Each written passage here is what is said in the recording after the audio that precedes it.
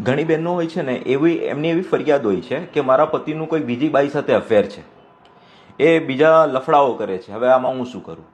હવે જ્યારે આવી બધી પરિસ્થિતિ હોય ને ત્યારે લેડીઝો સૌથી પહેલું કામ શું કરે? જ્યારે એને ખબર પડે કે આ પતિનું કોઈ બીજા સાથે અફેર છે કે કોઈ બીજા સાથે લફડું ચાલે છે, તો પહેલું કામ શું કરે? ધમાલ કરવાનું ચાલુ કરી દે.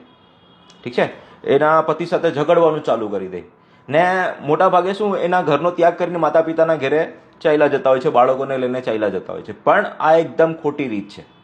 તમે માતા પિતાના ઘરે ચાલ્યા જશો, તમે વકીલો પાસે જશો, વકીલો તમને 17 પ્રકારના કેસીસ કહેશે, આપણે 498 લગાવી દઈએ, માનસિક ક્રૂરતા આપેલી છે, માર મારેલો છે, દહેજનો કેસ છે, ભરણ પોષણનો કેસ છે, ડોમેસ્ટિક વાયલન્સ છે, બહુ બધા કેસીસ તમને સૂચવશે કે ભાઈ આ કેસીસ ફાઇલિંગ કરી દઈએ.